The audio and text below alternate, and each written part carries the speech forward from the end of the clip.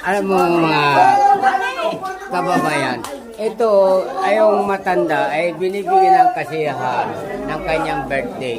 So, yung cake, mayroong mga pera sa loob ng cake.